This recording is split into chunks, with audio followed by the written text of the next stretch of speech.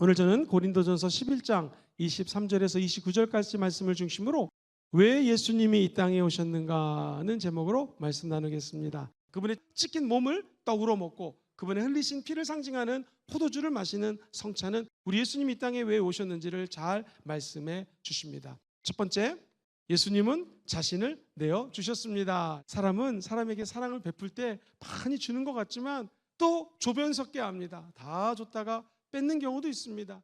근데 예수님은 철저히 남아있는 물 한 방울, 피 한 방울까지도 옆구리에 창을 찔리면서 저와 여러분을 위해서 아낌없이 주셨습니다. 사랑이라고 하는 기독교의 핵심 진리를 우리 인간이 다 이루지 못하기 때문에 실천적으로 몸을 찢기고 피를 흘리시면서 그 사랑을 보여주신 것이죠. 사랑하는 성도님들, 저와 여러분이 친구를 위해서 대신 죽을 수 있다면 이거보다 고귀한 사랑이 어디 있겠습니까? 예수님은 저와 여러분들과 친구가 되기 위해서 십자가에서 생명을 다하시기까지 사랑해 주셨습니다. 그리고 그 희생의 열매는 어떤 열매가 맺어지는가? 하나님의 자녀가 되는 권세를 허락하여 주신 것입니다. 예전에 미국에서 엄청나게 많이 팔린 책이 있습니다. Future Self라고 하는 책이 수십만 부가 팔렸다고 해서 저도 얼른 오더를 해가지고 읽어봤습니다. 읽으면서 그런 생각이 들었습니다. 책 내용인즉 우리는 흔히 과거에 이렇게 살았기 때문에 그 결과가 오늘이야고 하면서 과거를 후회하면서 살지요. 근데 이 책에서 얘기하는 것은 과거가 쌓여서 오늘이 된 것이 아니라 오늘이 과거를 만든다는 것입니다. 이게 도대체 무슨 말인가? 오늘 내가 예수 믿고 은혜 받아 기독교적으로 해석을 하면은요, 십자가 안에 들어가는 자들마다 하나님의 사랑을 체험합니다. 그러면 내가 흙수저로 태어났기 때문에 이렇게 열심히 살아서 오늘이 있을 수 있었던 것이고요. 우리 집이 찢어지게 가난했다. 그러나 그 과정 속에서 예수 믿고 내가 오늘 이렇게 하나님을 믿을 수 있는 것이 은혜라는 것을 깨닫게 되기 때문에 오늘을 통해서 과거를 해석하면 살아왔던 모든 한 걸음 한 걸음들이 은혜라는 것입니다. 은혜 아니면 이것에 모일 수 있는 아무런 능력이 우리에게 없다라는 것이죠. 그렇습니다. 그렇게 따지니 미래의 자아는 저 미래가 오늘을 만든다라는 것입니다. 그 책을 읽으면서 이런 생각이 들었습니다. 십자가는 무엇인가? 저와 여러분이 십자가를 통하여 눈에 보이지 않는 영적인 세계를 눈을 뜨게 되면은요, 첫째는요, 하나님의 은혜 가운데 미래가 밝고 긍정적이고 좋은 일이 일어나게 될 것입니다. 왜 그럴까요? 육신을 따르는 자는 육신의 일을 생각하지만 성령을 따르는 자는 성령과 함께 생각하기 때문에 여러분 미래에 반드시 좋은 일이 일어납니다. 요한일서 4장 10절은 이렇게 선포합니다. 사랑은 여기 있으니 우리가 하나님을 사랑한 것이 아니요 하나님이 우리를 사랑하사 우리의 죄를 속하기 위하여 화목 제물로 그 아들을 보내셨음이니라. 쉬운 말 버전은 이렇게 번역합니다. 사랑이 바로 여기에 있으니 곧 우리가 하나님을 사랑한 것이 아니라 하나님께서 먼저 우리를 사랑하셔서 우리의 죄를 용서해 주시기 위해 자기 아들을 화목 제물로 삼아 이 세상에 보내주신 것입니다. 그런데 우리 하나님은 하나밖에 없는 독생성자 예수님을 이 땅에 보내주셔서 그분이 십자가에서 못 박혀 죽기까지, 그리고 남아있는 피 한 방울, 물 한 방울을 흘리기까지 저와 여러분들을 사랑하셔서 하나님의 사랑을 확증한 사건이 바로 십자가 위에서 죽으신 예수 그리스도라는 것입니다. 그분은 채찍에 맞음으로 저와 여러분들이 나음을 입을 수 있도록 치유의 길을 열어줬습니다. 십자가에 죽으신 예수님은 이 땅에서 기도하는 것이 응답을 받든 안 받든 할 것 없이 가장 중요한 것, 영원한 생명으로 인도해 주신다는 것이. 오늘 본문은 고린도서 11장인데 고린도서 10장 바로 전장에 이 4절을 보면 사도 바울은 이 사건을 이렇게 선포하지요. 다 같은 신령한 음료를 마셨으니 이는 그들을 따르는 신령한 반석으로 마셨음에 그 반석은 곧 그리스도시라. 쉬운 말은요, 이렇게 번역했습니다. 똑같은 사람들이 신령한 물, 생수를 마셨습니다. 그들은 그들과 함께 있던 신령한 어디에서? 바위에서 솟아나는 뭐를 마셨어요? 물을 마셨는데 그 바위는 바로 그리스도라는. 예수님은 채찍으로 몸을, 그 아픈 상처들을 간직하시면서 바위가 되셨고 그 바위가 생수를 터뜨리는 기적으로 연결됐다면 오늘 저와 여러분들이 이곳에 모여서 예배드리는 이유는 하나입니다.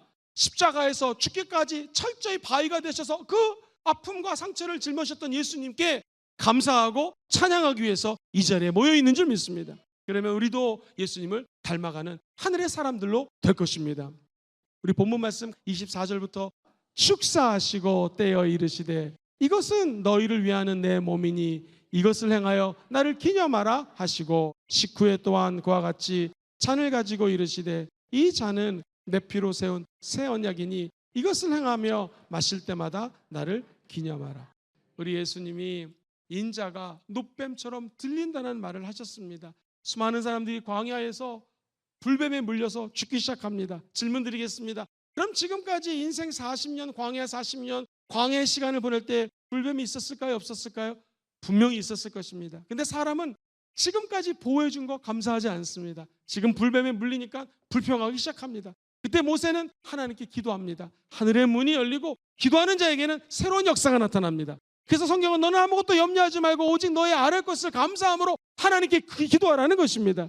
그럼 하나님의 놀라운 평강이 예수 그리스도의 생명 안에서 넘쳐난다고 약속해 주신 것이죠. 그가 기도하자 하나님께서 높은 장대 위에다가 노뱀을 매달라고 말씀하십니다. 노뱀을 바라보는 자들마다 나음을 입었습니다. 저와 여러분들이 예수 그리스도를 믿음으로 바라보면 기적이 일어납니다. 우리의 눈으로 예수 그리스도의 십자가를 보는 순간에 하나님의 영롱한 사랑이 우리 마음속에 새겨지는 것이죠. 그래서 우리도 작은 희생을 실천할 수 있는 예수의 사람, 예수 닮아가는 사람으로 변화될 줄 믿습니다. 두 번째입니다. 예수님은 피로 새 언약을 맺으셨습니다. 성찬을 할 때마다 기억해야 될 것은 우리 주님께서 새 언약을 맺었다고 약속합니다. 예수의 피로 새 언약에 들어갔다는 것은 무슨 의미일까요? 누가복음에 보면 22장 20절에 저녁 먹은 후에 잔도 그와 같이 하여 이르시되 이 잔은 내 피로 세우는 새 언약이니 곧 너희를 위하여 붓는 것이라. 우리 주님이 또 잔을 드시고 하늘 향하여 감사기도 합니다. 사랑하는 성도님들, 새 언약은 감사할 때 우리 마음속에 부어지는 것입니다.